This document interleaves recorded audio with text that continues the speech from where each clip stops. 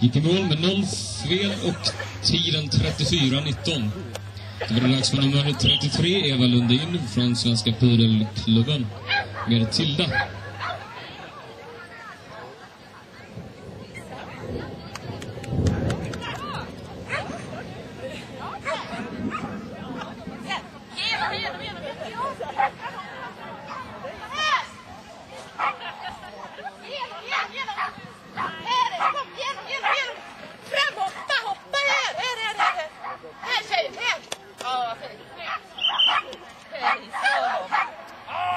Där blev hon tyvärr diskad.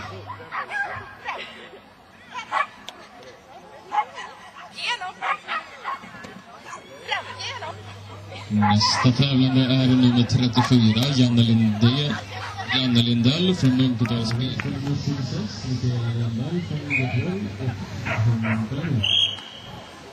Åsa hade 5 fel och tiden 38:68. Då har vi Eva ifrån Svenska Pudelklubben med en Lancia Healer Tilda.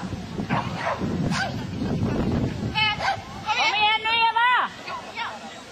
Attityd!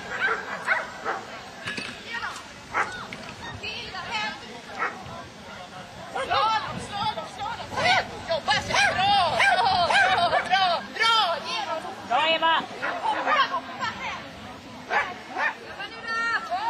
Hela vägen nu! Härligt! Kom igen! Attityd!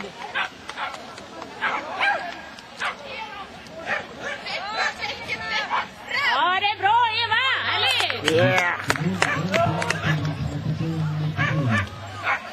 Hon tittade länge, domaren på balansdomen, kan jag säga. Eva hade 5 fel, tiden 38:27.